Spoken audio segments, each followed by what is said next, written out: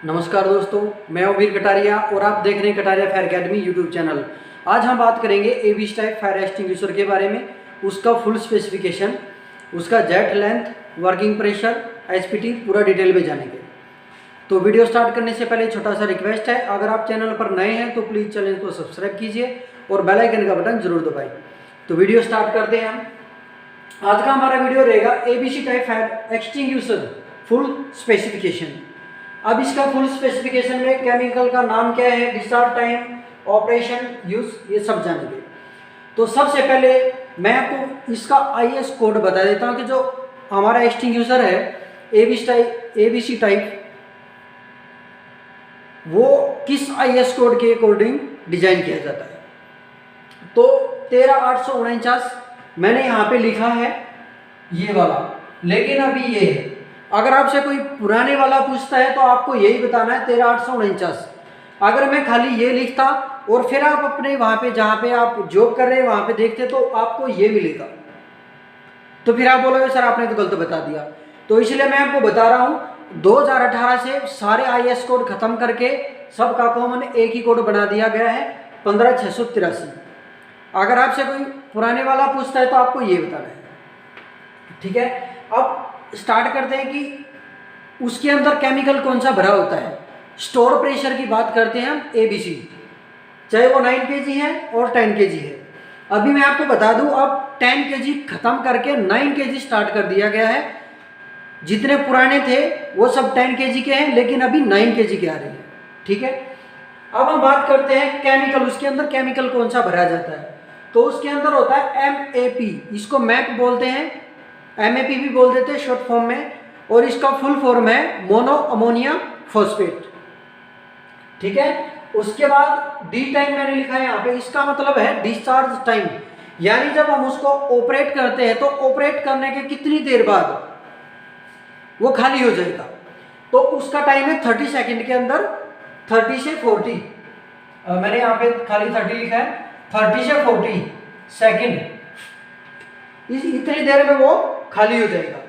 अब बात करते हैं ऑपरेशन मेथड। ऑपरेशन मेथड में यहाँ पे मैं आपको देखो, ये जो चीज़ें लिखी है ना, मैंने इसमें अपनी जो मेरी बेसिक नॉलेज है और जो मेरा एक्सपीरियंस है, मैंने उसके हिसाब से यहाँ पे डिजाइन किया है, ठीक है। हो सकता है आप इसको बोलने का तरीका दूसरा, कुछ लोग स्क्विच ग्रिप भी बोलते हैं उसको, ठीक है। ये अपराइट मैंने यहाँ पे लिखा है, यहाँ पे लिखा है ऑपरेशन मेथड अपराइट। अपराइट में क्या है, आपने देखा होगा लीवर को दबा करके इसका ऑपरेशन किया जाता था। कुछ लोग उसको स्विच ग्रिप बोलते हैं तो कुछ लोग अपराइट बोलते हैं, आप अपने हिसाब से उसका नाम याद रख सकते हैं। अब बात आती है यूज फ्रॉम, इस एक्सटिंग्विशर का यूज कौन सी आग पे किया जाता है उसके बारे में। तो आपको मैं बता दूं, जो पाउडर टाइप एक्सटिंग्विशर है वो एक मल्टीपर्पज एक्सटिंग्विशर बोला जाता है। आप उसको किसी भी आग पे आंख बंद करके यूज कर सकते हैं। अगर हमें कोई पूछे स्पेशलाइजेशन, अगर हमारे से पूछे कि किस आग पे प्रयोग किया जाता है, तो स्पेशल वो C क्लास पर ही यूज होता है, और उसके बाद मेटल फायर पे अगर स्पेशल हम बात करें तो। अदरवाइज आप किसी भी आग पे इसका यूज कर सकते हैं, ये मल्टीपर्पज है। उसके बाद आता है एचपीटी। इसका एचपीटी टेस्ट जो होता है 30 kg, और मैंने यहाँ पे 30 और 35 लिखा है। जो ओल्ड टाइप है ना वो आपको 30 पे मिलेंगे, और अभी 35 पे ही एचपीटी होके आ रहे हैं नए वाले एक्सटिंग्विशर्स। अगर आप 30 बोलते हैं 35 बोलते हैं तो कोई गलत नहीं बताएगा, ठीक है। तो ये आपको याद रखना है। उसके बाद आता है वर्किंग प्रेशर।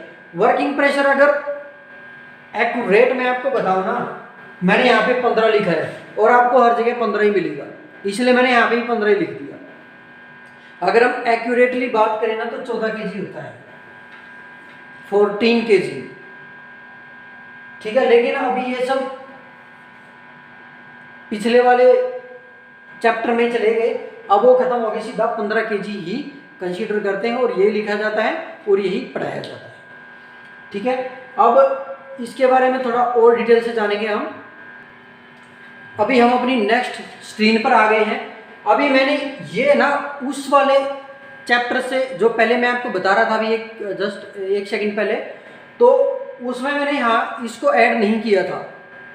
अगर मैं वहाँ पे ऐड करता तो छोटे अक्षरों में दिखता, इसलिए मैंने इसको स्पेशली यहाँ पे लिखा है। और क्यों लिखा है, ये चैप्टर आप किसी गवर्नमेंट जॉब पे जाते हो ना, तो वहाँ पे एग्ज़ाम में ये 70% क्वेश्चन पूछा जाता है। ध्यान रखना आप, ये क्वेश्चन बड़ा ही इम्पोर्टेंट है। डीसीपी पाउडर की अगर हम बात करें तो डीसीपी पाउडर जो आग को बुझाता है वो किस मेथड से बुझाता है। और बहुत सारे लोग क्या बोलेंगे, वो तो स्मूथनिंग करता होगा, उसके ऊपर ढक लेता है। ठीक है, तो ये जो क्वेश्चन है ना, ये जो आंसर है आपका, ये गलत है अगर आप ऐसा सोच रहे हैं तो। और बहुत सारे लोगों को इसके बारे में पता भी नहीं है। मैं ये नहीं बोलूँगा किसी को नहीं पता, मैं ऐसा चैलेंज नहीं कर रहा, लेकिन बहुत सारे लोगों को इसके बारे में पता ही नहीं है। तो इसलिए मैंने यहाँ पे इसको लिखा है स्पेशल करके। एक्सटिंग्विशिंग मीडिया जो एबीसी टाइप है, चाहे डीसीपी है, होने को दोनों ही डीसीपी है। मैं आपको बता देता हूँ, ये भी ड्राई केमिकल पाउडर है, और जिसको हम डीसीपी बोलते हैं सोडियम बाइकार्बोनेट, वो भी ड्राई केमिकल पाउडर की श्रेणी में ही आता है, डीसीपी में आता है। लेकिन हमारा नेचर क्या बन गया है, हम इसको एबीसी बोलते हैं और उसको डीसीपी बोलते हैं। तो मैं आप ही की लैंग्वेज में बताने की कोशिश कर रहा हूँ। ठीक है, अगर आपसे कोई पूछता है कि जो पाउडर टाइप एक्सटिंग्विशर है वो आग को किस मेथड से बुझाता है, तो आपको बोलना है चेन रिएक्शन को ब्रेक करता है। हिंदी में आपको बता दूं, जो चेन रिएक्शन होता है उसको तोड़ता है। जैसे आपने बोला ना, चेन रिएक्शन की जो फायर की जो श्रृंखला है उसको तोड़ता है। चेन रिएक्शन आपने पढ़ा भी होगा, तो ये उसी को तोड़ता है, और यही इसका मोटो है, यही पर्पज है, और इसी मेथड से उसको बुझाता है। और ये क्वेश्चन आप जा करके अपने सुपरवाइजर या सीनियर से ही पूछेंगे ना, शायद ही वो भी बता पाए। वो भी आपको यही बोलेंगे कि स्मूथनिंग से बुझाता है।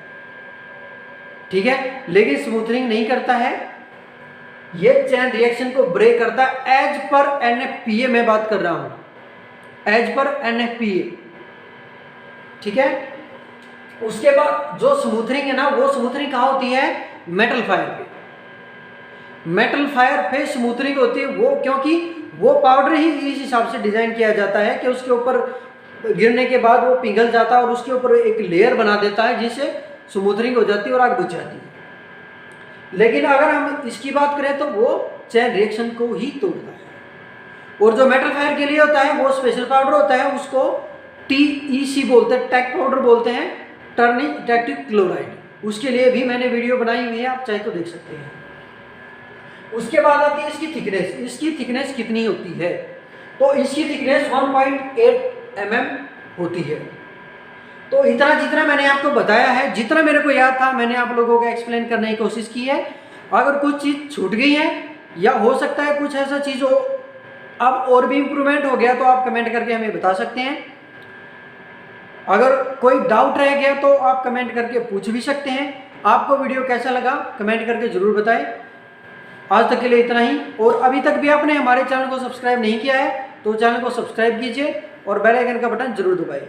जल्द लौटेंगे नेक्स्ट वीडियो के साथ। जय हिंद, जय भारत।